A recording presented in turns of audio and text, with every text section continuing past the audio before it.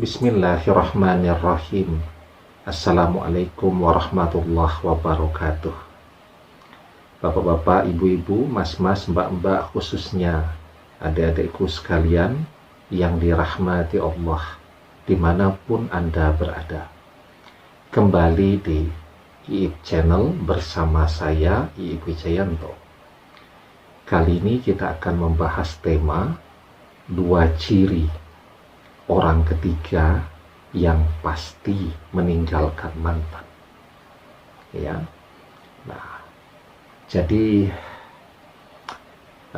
ada kisah ya, seorang laki-laki sudah berkeluarga ya, sudah punya istri, sudah punya anak.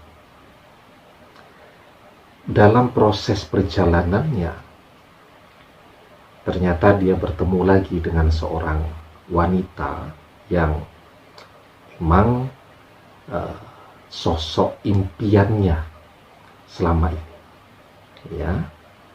Jadi sosok yang selalu dia bayang-bayangkan, yang dia idam-idamkan kecantikannya, dan dia ketemukan. Dalam waktu cepat dia jatuh cinta kepada si wanita ini. Dan dalam waktu cepat dia menikahi si wanita ini.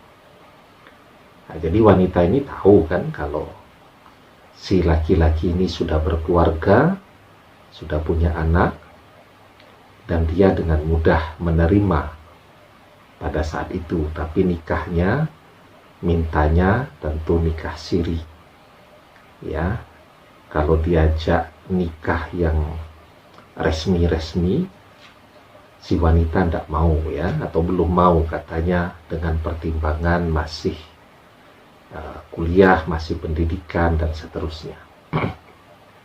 Nah, di dalam proses perjalanannya, paling tidak ada 2 hal ya yang ditemukan oleh si laki-laki tadi. Tetapi karena sudah amat sangat mencintai, dia mengabaikan seluruh pengetahuannya, dan ujung-ujungnya dia tetap ditinggalkan. Sekuat apapun pengorbanan yang sudah dia berikan.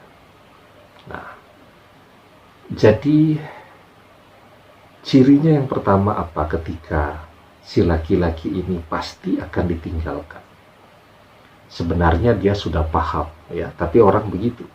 Kalau amat sangat cinta, rasionalitasnya hilang. Ilmunya dia tahu. Ini kalau seperti ini biasanya cuma mau memanfaatkan saya.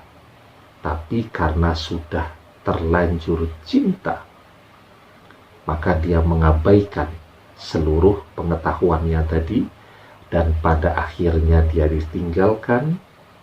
Ya, istrinya yang pertama juga tidak mau menerima dia kembali. Nah, jadi cirinya yang pertama, ketika si orang ketiga ini dia menghabiskan begitu banyak uang, waktu, dan tenaga. Pokoknya minta dilayani seperti ratu 24 jam. Dia mau kemana saja, si laki-laki ini, sang suami ini harus siap standby 24 jam. Kemana saja, jam berapa saja, harus siap untuk antar jemput ke sana kemari. Ya. Kemudian tentu biayanya jadi besar kan ya. Apalagi posisi rumah yang berjauhan begitu. Kalau menikahnya sudah resmi begitu kan, diketahui banyak orang, kan bisa satu rumah ya. Tapi karena mintanya nikahnya siri dulu, ya otomatis si laki-laki ini tetap berada di rumahnya bersama istrinya yang pertama, kemudian si wanita ini di rumahnya sendiri. Kalau jaraknya mungkin hanya 1-2 kilometer, mungkin tidak berat ya. Tapi kalau jarak rumah ini bisa 30-40 kilometer, bayangkan saja tuh. Bolak-baliknya tiap hari, untuk satu kali ketemu saja sudah 60 kilometer. Sudah seperti orang keluar kota betul. Nah, jadi menghabiskan begitu banyak biaya, karena biayanya besar ya. Apalagi pernikahan yang orang belum tahu kan. Mau nginep dengan istri saja di rumahnya tidak bisa. Akhirnya biaya semua tuh kalau mau nginep ke hotel dan seterusnya. Biaya semua. Belum biaya kuliahnya, belum makan minumnya, servis kendaraannya, dan seterusnya. Ya. Belum capeknya ya. Saya tidak kebayang tuh kalau setiap hari misal 100 km tuh ditempuh naik sepeda motor tuh misal, wah itu capeknya luar biasa. Kita naik sepeda motor di usia 40 tahun ini 10 km saja itu sudah badan pegel semua, masuk angin ya. Apalagi kalau sampai 100 km cuman untuk ketemu dengan istri.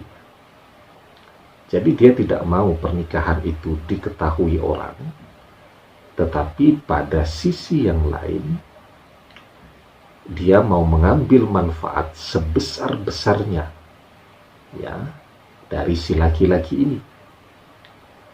Kalau masih ada manfaatnya, dia akan bertahan. Tetapi begitu dia melihat si laki-laki ini keuangannya mulai menipis ya. Bahkan kan bekerja juga tidak bisa maksimal ya, karena harus melayani terus ya, dari pagi, siang, malam, bahkan tengah malam harus antar jemput ke sana kemari kan, namanya orang sedang kuliah, pendidikan, kepentingannya macam-macam kan. Kebutuhannya juga ke sana kemari. Nah, maka bekerja juga tidak bisa maksimal, sementara pengeluaran besar, akhirnya tabungan jadi menipis. Begitu tabungan menipis, pasti dia akan pergi. Ya. Dan dia tidak mau diketahui. Orang tuanya jangan sampai tahu ya. Dengan argumentasi misal orang tuanya punya sakit jantung, jangan sampai tahu. Keluarganya, adik-adiknya, dan seterusnya, jangan sampai ada yang tahu. Jadi dia tetap terlihat seperti bayi yang tidak berdosa begitu ya.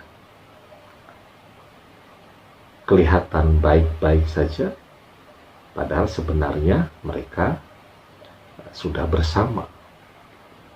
Dan dia tidak pernah mau diketahui, agar kapanpun dia pergi meninggalkan, dia bisa kembali kepada keluarganya tanpa membawa beban apapun, dan dia bisa memilih orang lain ya, tanpa harus pusing-pusing ya, berpisah terlebih dahulu dengan suaminya yang terdahulu.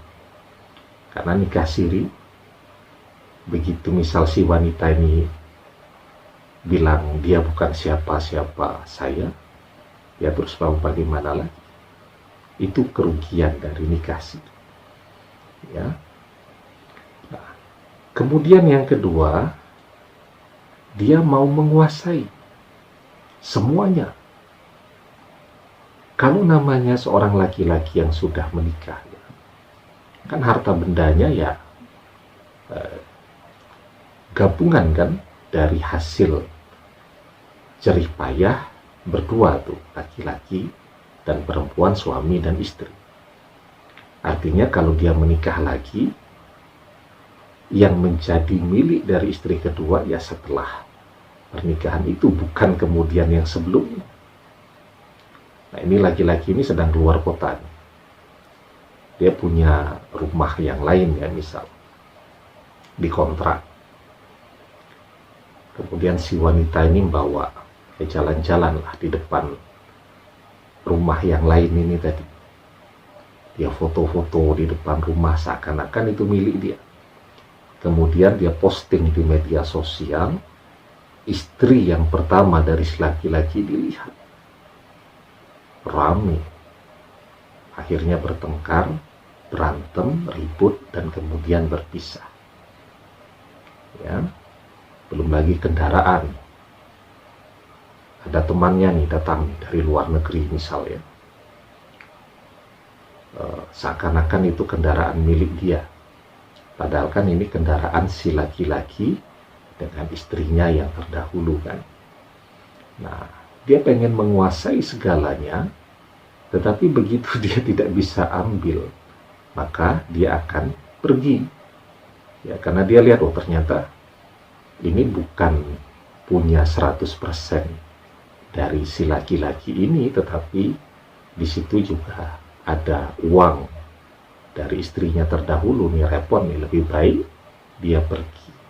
Nah, jadi itu dua ciri ya, ketika mantan ya yang sekarang sedang jalan dengan orang ketiga itu pasti akan meninggalkan mantan. Jika yang pertama tadi menghabiskan begitu banyak uang, artinya apa? Kepentingannya cuma mengambil manfaat saja. Kemudian yang kedua, dia ingin menguasai segalanya, sama juga mengambil manfaat juga. Nah, ketika sebuah relasi itu dibangun hanya untuk mengambil manfaat, maka ketika manfaatnya habis, dia pasti akan pergi. Ya, dan pengalaman itu banyak ya yang sudah menjalaninya. Nah, maka hati-hati betul. Ya, kalau memang cinta itu akan membebaskan ya dari berbagai kepentingan manfaat tadi. Itu kalau cinta. Tetapi kalau ujung-ujungnya adalah mencari manfaat saja, itu namanya tidak pernah cinta. Ya. Nah, karena itu ya, manusia di dalam hidupnya memang sedapat mungkin harus menghindari hal-hal yang sia-sia ya. Seperti si laki-laki ini bekerja bertahun-tahun nabung, tabungan habis. Karena cinta, itu kan namanya cinta yang sia-sia. Ya, berharap bisa memiliki keturunan dari si wanita yang amat dia cintai ini. Tapi mana mau kan? Karena dia memang tidak pernah berniat untuk menikah dalam arti pernikahan yang sesungguhnya. Nah, jadi sedapat mungkin manusia harus menghindar ya dari hal-hal yang hanya mendatangkan kesia-siaan, kerugian di dalam hidupnya. Hidupnya sudah maju tuh, sudah bagus, tapi harus mundur lagi ke belakang. Harus mulai dari nol lagi. Ya, pengen dapat orang yang dicintai, pengen dapat dua-duanya, orang ketiga pergi, istri pertamanya tidak mau menerimanya lagi. Ya. Karena itu manusia harus selalu belajar dari kehidupan ya. Dan agar kemudian kualitas hidupnya menjadi lebih baik di kemudian hari. Jadi orang harus bisa belajar dari berbagai pengalaman, baik pengalaman dirinya sendiri juga pengalaman banyak orang-orang yang ada di sekitarnya. Nah, di dalam surat Al-Kahfi ayat yang ke 103 sampai 104, Allah Subhanahu wa taala mengajarkan kepada kita, Qul hal nunabbi'ukum bil akhsarina a'mala allazina dhalla sa'yuhum fil hayatid dunya wa hum yahsabuna annahum yuhsinuna sun'a. Katakanlah, apakah akan kami beritahukan kepadamu tentang orang-orang yang paling merugi perbuatannya, yaitu orang-orang yang telah sia-sia perbuatannya dalam kehidupan dunia ini, sedangkan mereka mengira bahwa mereka telah berbuat sebaik-baiknya. Ya, nah karena itu kita melakukan yang terbaik, agar yang kita lakukan itu sesuai dengan apa yang Allah kehendaki. Setiap kita akan melangkah, kita bertanya kepada Allah, kita istikharah dengan sungguh-sungguh, ya.